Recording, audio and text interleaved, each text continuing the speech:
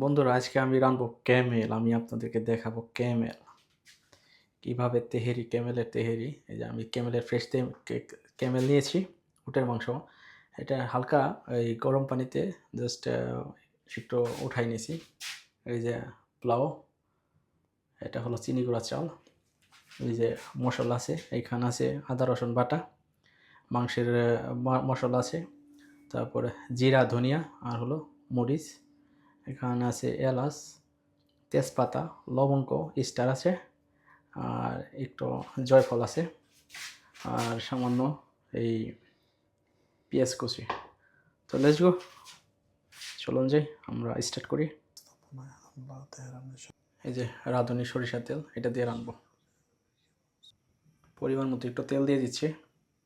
আমরা পরে দেব গাওয়া ঘি করছে। এখন আমি দিয়ে দিতেছি এই এলাচ, দারচিনি, লবঙ্গ, তেজপাতা। জাস্ট আমরা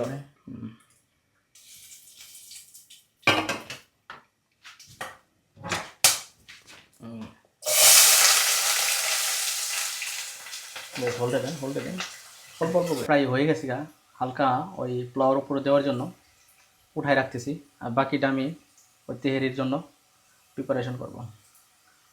আমি এখন দিয়ে দিতেছি পেঁয়াজটা পুরো ব্রাউন কালার হয়েছে।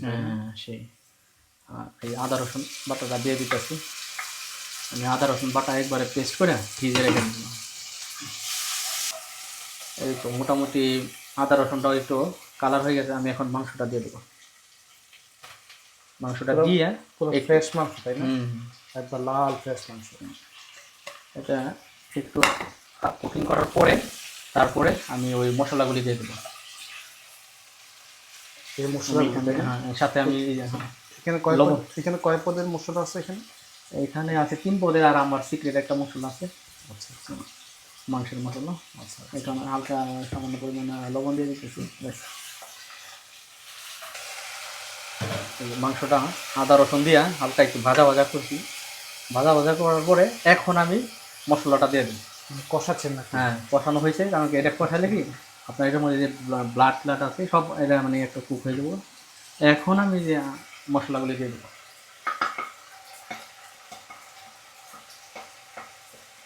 এভাবে রান্না করলে বেশিক্ষণ লাগে না। প্লাস আপনার ওই আমি গরম পানিতে হালকা করে দিয়ে হালকা একটু বয়েল করছি। কারণটা কি, এটার মধ্যে যে কোনো মাংস মানে থাকে, মাংস এই মাটন বা গন্ধ থাকে, হালকা একটু গন্ধ থাকে না, মানে হালকা মানে গরম পানিতে ঢাইলে উঠাই দিলে এটা আপনার থাকবে না।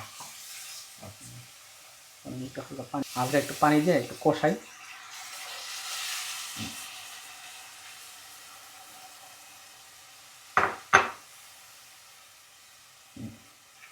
মশলাটা যেন পুড়ে না যায়, হালকা এইভাবে একটু 3-4 বারই করি কুক করি। হালকা হালকা পানি দিয়ে কুক করার পরে আমি পোলাও এই চাউলটা দিয়ে দিই। এই পোলাও চাউল আছে, ভিজাই রাখছি। এটা কালি জিরা চাল, তাই না?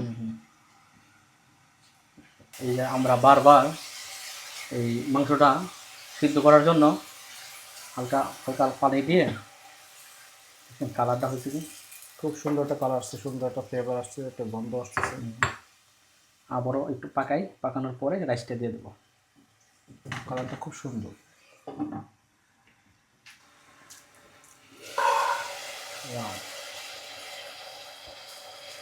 সিদ্ধ হইতেছে, একটু সিদ্ধ হোক। আমাদের মাংসটা চেক করে দেখি কি অবস্থা। এই তো প্রায় গলে গেছে। এখন আমরা রাইসটা দিয়ে দেবো।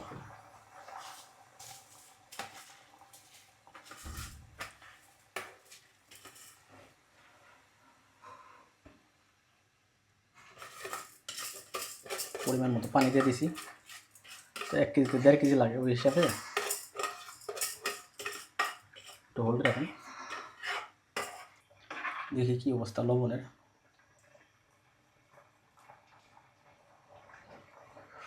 হয়েছে? হ্যাঁ, লবণ ঠিক আছে।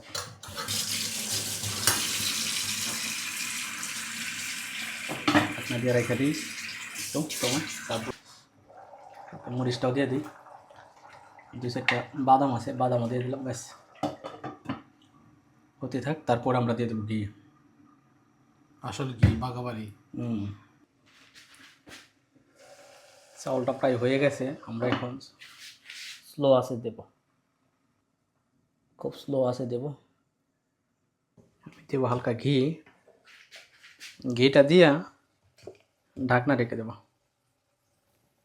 তো ঘি, বাহ।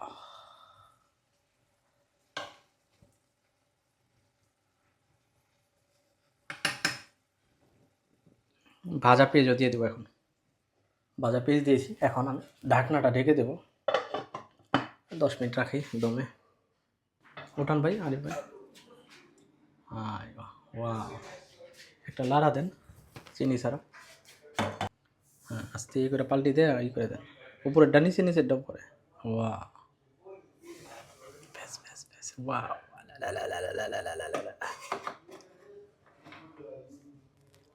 ওয়াও, কি তেহেরি হয়ে গেল। একটু এই চামচ টেস্ট করেন, টেস্ট করেন। করে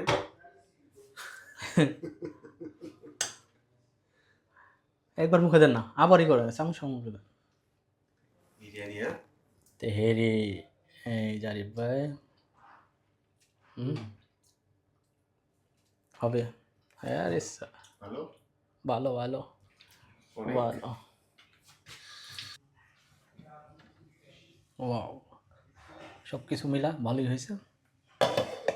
টাটা, বাই বাই।